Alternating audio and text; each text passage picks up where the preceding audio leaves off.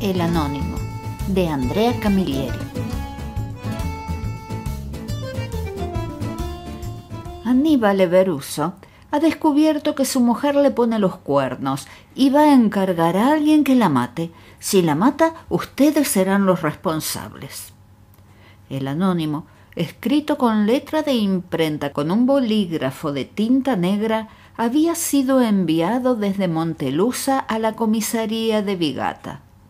El inspector Fazio, que era el encargado de repartir la correspondencia, lo leyó y se lo llevó inmediatamente a su superior, el comisario Salvo Montalbano. Como aquella mañana soplaba viento sudoeste, el comisario estaba de un humor agrio. Se odiaba a muerte y también odiaba al mundo entero. ¿Quién mierda es ese Everuso? No lo sé, comisario. Entérate y luego me lo cuentas. 2 horas después, Fazio volvió a presentarse y ante la mirada de interrogación de Montalbano soltó: Aníbal Everuso, hijo de Carlo y de Filomena Castelli, nació en Montaperto el 3 de junio de 1960. Está empleado en la cooperativa agrícola de Montelusa, pero reside en Vigata, en el número 22 de la calle Alcide de Gasperi. El grueso volumen de la guía telefónica de Palermo y su provincia, que casualmente se encontraba encima de la mesa del comisario, se levantó en el aire, atravesó la habitación y chocó contra la pared de enfrente, provocando la caída del calendario, amable obsequio de la pastelería Pantano y Tarragosa. Fazio sufría lo que el comisario llamaba complejo descenso, algo que si lo ponía nervioso cuando hacía buen tiempo, imagínense cuando soplaba el viento del sudoeste. «Perdone», dijo Fazio, mientras iba a recoger la guía de teléfonos. «Pregunte y yo le contesto». «¿Cómo es el tipo? No tiene antecedentes». Montalbano aferró la guía de teléfonos con expresión amenazadora. «Lo he repetido cientos de veces, Fazio. No tener antecedentes no significa nada de nada. Repito, ¿cómo es?» «Me han dicho que es un hombre tranquilo, de pocas palabras y pocos amigos». «¿Jugador, bebedor, mujeriego?» «No». «¿Desde cuándo está casado?» «Desde hace 5 años, con una mujer de aquí, Serena Peritore. Tiene 10 años menos que él. Dicen que es muy bonita». «¿Le pone los cuernos?» «Bah». ¿Se los pone, sí o no? Si lo hace, se las arregla para que no se sepa. Unos dicen una cosa y otros lo contrario. ¿Tienen hijos? No. Dicen que él no quiere tenerlos. El comisario lo contempló asombrado. ¿Cómo has conseguido enterarte de esas intimidades? Hablando en la peluquería, contestó Fazio, pasándose una mano por la nuca recién rasurada. En Vigata el salón seguía siendo el gran lugar de reunión, como en los viejos tiempos. «¿Qué hacemos?», preguntó. «Esperemos a que la mate y luego ya veremos», decidió Montalbano con una expresión dura que dejó helado al otro. Con Fazio había fingido antipatía e indiferencia, pero el Anónimo lo intrigaba. Aparte de que nunca había acontecido un delito de los llamados de honor desde que vivía en Vigata, a simple vista el asunto no lo convencía. En primer lugar, contestó a la pregunta de Fazio diciendo que había que esperar a que Everuso matase a su mujer. Había sido un error. En la carta se decía que Everuso quería mandar a matar a la traidora, es decir, que tenía la intención de recurrir a otra persona para lavar su honor. Y esto no era lo habitual. En primer lugar, el marido al que le llegan rumores de traición espera escondido, sigue, espía, sorprende y dispara. Y todo en primera persona, sin aguardar al día siguiente ni encargarle a un desconocido que le resuelva el asunto. Además, ¿quién puede ser el desconocido? Un amigo no habría aceptado. Un asesino a sueldo. En Vigata, bobadas. Claro que había asesinos en Vigata, pero no estaban disponibles para trabajitos extra, porque todos tenían un empleo fijo y un sueldo que pagaba con regularidad quien los contrataba. En segundo lugar, ¿quién había escrito la carta? ¿La señora Serena para parar el golpe? Pero si sospechaba de verdad que antes o después su marido iba a encargar que la mataran, no perdería el tiempo escribiendo anónimos. Habría corrido a pedir ayuda a su padre, a su madre, al párroco, al obispo, al cardenal, o bien se habría fugado con su amante. Y si te he visto, no me acuerdo. No, se mirase por donde se mirase, la cosa no se sostenía. Entonces se le ocurrió una idea. ¿Y si el marido había conocido en la cooperativa a un cliente de pocos escrúpulos que en un primer momento aceptó la propuesta criminal y luego, arrepentido, escribió el anónimo para salir del atolladero? Sin pérdida de tiempo, telefoneó a la cooperativa de Montelusa y puso en práctica un recurso que ya había utilizado con éxito en los despachos públicos. «Hola, ¿quién habla?», contestó alguien en Montelusa. «Deme con el director». «Sí, pero ¿de parte de quién?». «Cristo», aulló Montalbano, y como en el teléfono había un poco de eco, sus propios gritos lo ensordecieron. «Es posible que no reconozca nunca mi voz. Soy el presidente, ¿entendido?». «Sí, señor», contestó el otro aterrorizado. Transcurrieron 5 segundos. «A sus órdenes, presidente», dijo la voz obsequiosa del director, a quien ni se le ocurrió preguntar de qué presidencia era presidente el que le estaba hablando. «Me sorprende mucho su retraso», empezó Montalbano, disparando casi a ciegas. «Casi, porque en una oficina siempre hay diligencias atrasadas y no despachadas, como se dice en el lenguaje burocrático». «Presidente, perdone, pero no comprendo». «¿No comprende? Por Dios, me refiero a los informes». Montalbano se imaginó la cara atónita del director, las gotitas de sudor en la frente. «Los informes del personal que espero desde hace más de un mes», ladró el presidente y siguió implacable. «Quiero saberlo todo, edad, categoría, tarea, contribución, todo. No quiero que se repita nunca más el caso Chiarreta». «Nunca más», repitió como un eco el director, que no tenía ni idea de quién era Chiarreta. Montalbano tampoco, porque había elegido el nombre al azar. «¿Qué me dice de Aníbal Verruso?» «Verruso, con B, señor presidente». «No importa, es él. Ha habido quejas, reclamaciones. Al parecer tiene por costumbre frecuentar...» «Calumnias, calumnias infames», interrumpió con inesperada firmeza el director.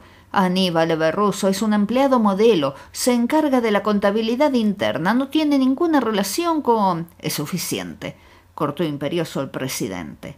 «Espero los informes en 24 horas». Colgó el auricular.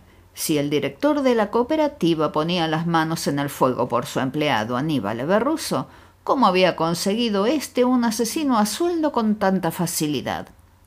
Llamó a Fazio. «Oye, me voy a comer.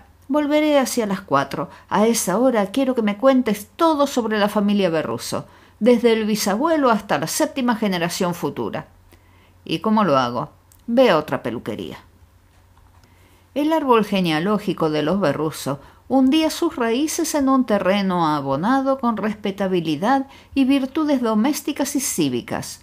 Un tío coronel de la Benemérita, otro también coronel del Cuerpo de Aduanas, y casi rozaba la santidad con un hermano del bisabuelo monje benedictino en proceso de beatificación. Difícil encontrar a un asesino escondido entre las hojas de este árbol. «¿Alguien conoce a un tal Aníbal Verruso?», preguntó el comisario a sus hombres tras haberlos convocado. «¿Ese que trabaja en la cooperativa de Montelusa?», preguntó Germanat para evitar equivocaciones. «Sí, lo conozco. Quiero verlo». «Muy fácil, comisario. Mañana, que es domingo, irá como de costumbre a misa de 12 con su esposa».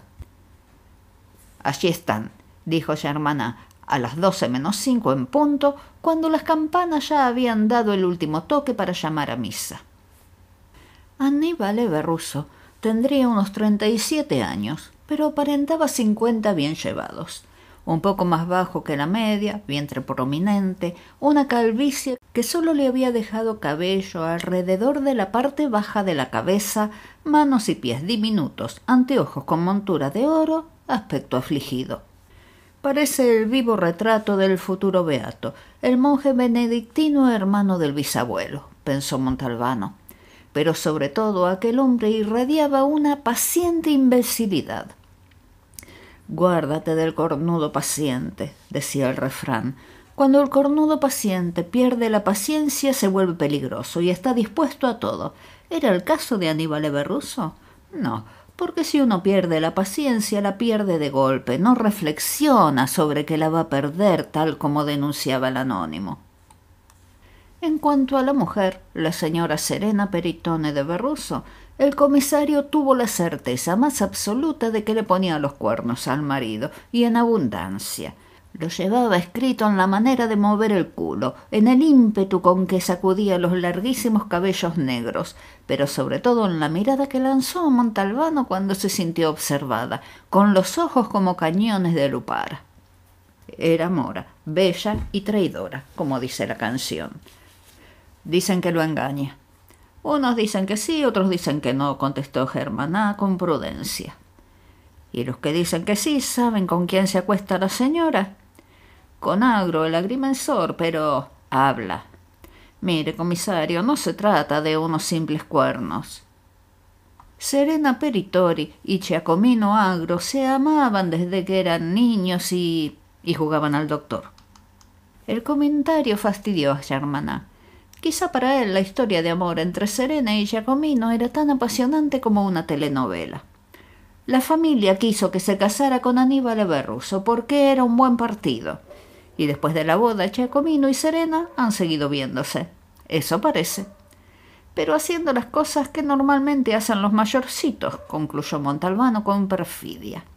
Germaná no contestó. A la mañana siguiente se despertó pronto, con una idea que le machacaba el cerebro. La respuesta la obtuvo a la media hora de llegar al despacho y se la proporcionó la computadora de la comisaría de Montelusa.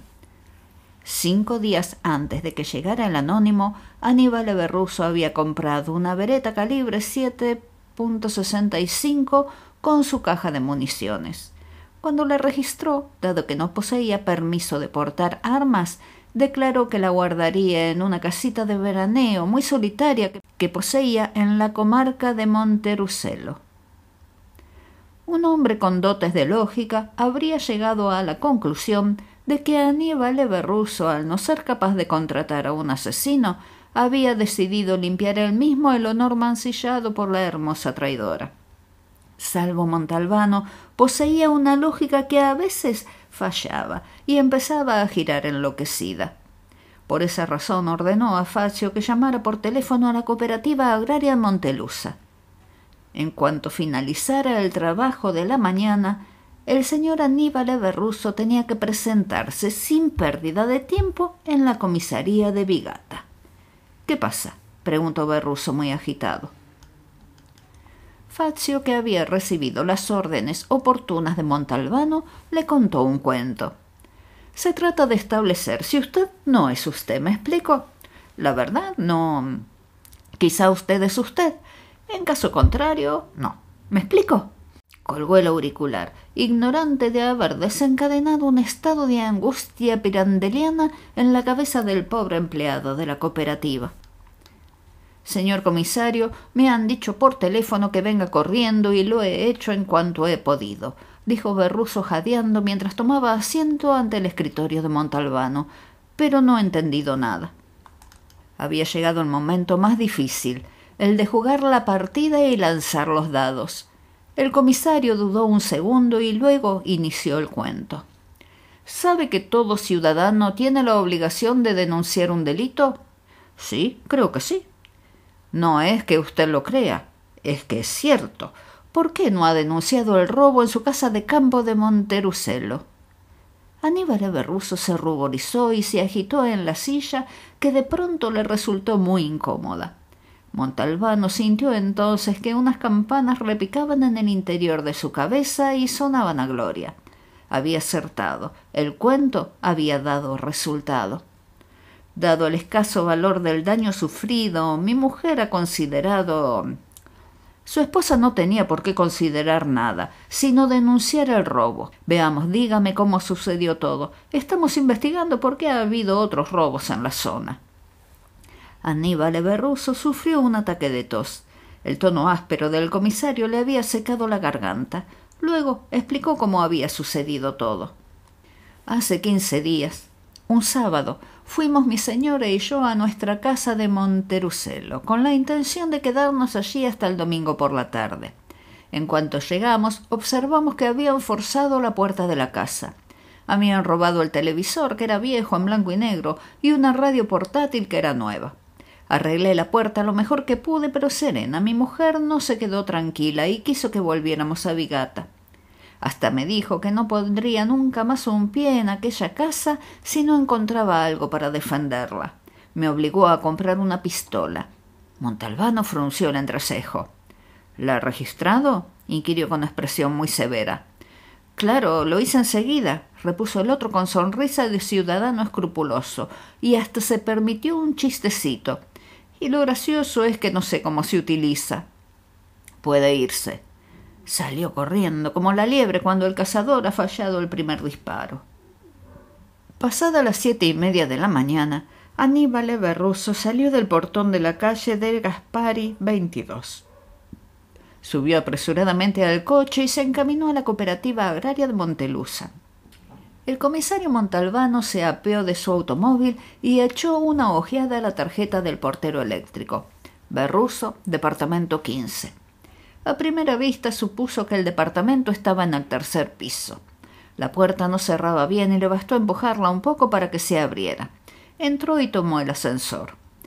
El cálculo había sido correcto. Los Verruso vivían en el 3er piso. Hizo sonar el timbre. ¿Se puede saber qué es olvidado ahora?, exclamó desde el interior una enojada voz femenina. Se abrió la puerta, y al ver a un desconocido, la señora Serena se llevó una mano al pecho para cerrarse la bata. Un instante después intentó cerrar la puerta, pero el pie del comisario se interpuso. ¿Quién es usted? ¿Qué quiere? No parecía en absoluto preocupada o asustada. Estaba espléndida con sus ojos verdes de loba y emanaba tal olor a mujer y a cama que Montalbano sufrió un ligero vértigo. No se preocupe, señora. No me preocupo en absoluto, solo que no me gusta que a estas horas me toquen el culo. Quizá la señora Verruso no fuera tan señora después de todo. Soy el comisario Montalbano. Ni un sobresalto, apenas un gesto de irritación. ¡Qué fastidio! ¿Viene por ese robo de nada? Sí, señora. Anoche mi marido me dio la lata con el cuento ese de que usted lo había llamado. Se asustó tanto que estuvo a punto de cagarse en los pantalones. La señora Serena era cada vez más fina. ¿Puedo entrar? La señora se apartó haciendo una mueca y luego lo acompañó hasta una salita decorada con unos horripilantes muebles de imitación siglo XVIII y lo invitó a sentarse en un incómodo sillón con relucientes dorados. Ella tomó asiento en el de enfrente. De pronto sonrió. Los ojos estriados con vetas de luz negra, esa que hace que el blanco brille con un tono violáceo.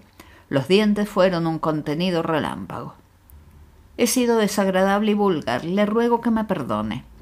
Estaba claro que había decidido seguir otra estrategia. Sobre la mesita había una cigarrera y un encendedor enorme de plata maciza. Se inclinó, tomó la cigarrera, la abrió y se la tendió al comisario. Durante el movimiento perfectamente calculado, se le desbocó la parte superior de la bata, que puso al descubierto 2 tetas pequeñas pero aparentemente tan duras que Montalbano habría jurado que con ellas se podían romper nueces. ¿Qué quiere de mí?, inquirió en voz baja, clavando en él sus ojos negros, mientras seguía sosteniendo la cigarrera abierta. La muda invitación fue evidente. Estoy dispuesta a darte todo lo que desees. Montalbano hizo un gesto de rechazo y no estaba rechazando solo el cigarrillo. Ella cerró la cigarrera, la volvió a dejar encima de la mesita y siguió observando al comisario de arriba abajo con la bata abierta. ¿Cómo se ha enterado del robo de Monterucelo? La muy audaz había ido directa al punto más débil de la celada que Montalbano había tendido a su marido. He puesto una trampa, contestó el comisario, y su marido ha caído en ella. ¡Ah!, exclamó enderezándose en el asiento. Las tetas desaparecieron como por arte de magia. Por un momento, solo por un momento, el comisario lamentó la desaparición. Quizá fuera mejor salir de aquella casa lo antes posible. ¿Tengo que explicarles con pelos y señales cómo he llegado a la conclusión de que tenía la intención de matar a su marido? ¿O puedo ahorrarme el esfuerzo? Ahórreselo. Tenía pensado una buena puesta en escena, ¿verdad? Podría haber funcionado. Corríjame si me equivoco. Una de las noches que van a dormir a Monterucelo, usted despierta a su marido diciendo que ha oído un ruido sospechoso fuera y lo convence para que tome el arma y salga. En cuanto él está fuera, usted, desde dentro, le asesta un buen golpe en la cabeza. El agrimensor agro se quita el disfraz de falso ladrón y se pone el verdadero de asesino. Dispara a su marido con la pistola que usted le ha obligado a comprar, lo mata y desaparece. Luego usted contará que su pobre marido, el ladrón, lo tomó por sorpresa, lo desarmó y lo mató. La cosa debía ir más o menos así, ¿no? Más o menos. Usted entiende que esto es solo una simple conversación, palabras que se las lleva el viento. No tengo nada concreto para enviarla a la cárcel. Lo he comprendido perfectamente. Y también ha entendido que si le sucede algo malo a Aníbal Berruso, la primera persona que va a la cárcel es usted, seguida de su amiguito Giacomino. Rece a su Dios para que no sufra ni el menor dolor de vientre, porque la acusaré de querer envenenarlo. La advertencia de Montalbano le entró a la señora Serena por un oído y le salió por el otro. ¿Me despeja una duda, comisario? ¿Cómo no? ¿En qué me equivoqué? Se ha equivocado enviándome el anónimo. ¿Yo? Casi gritó ella. Montalbano se puso nervioso. ¿De qué anónimo habla? Estaba completa y sinceramente sorprendida. El comisario también se sorprendió. ¿No había sido ella? Se miraron perplejos. El anónimo en el que decía que su marido quería matarla porque había descubierto su traición, explicó con un esfuerzo Montalbano. Pero yo nunca he... La señora Serena se interrumpió de golpe. Hizo un movimiento brusco y la bata se desbocó por completo. Montalbano entrevió suaves colinas, valles ocultos, lujuriantes praderas. Cerró los ojos, pero el golpe del enorme encendedor contra un cuadrito que representaba unas montañas nevadas lo obligó a abrirlos enseguida. «Ha sido ese imbécil de Giacomino», gritó la, llamémosle, señora. El muy cagón se rajó. La cigarrera rompió un jarrón que había encima de una repisa. Ese mierda se ha echado atrás y ha montado el cuento del anónimo. Cuando la mesita hizo a añicos los cristales del balcón, el comisario ya estaba fuera y cerraba a sus espaldas la puerta de la casa de los Berruso.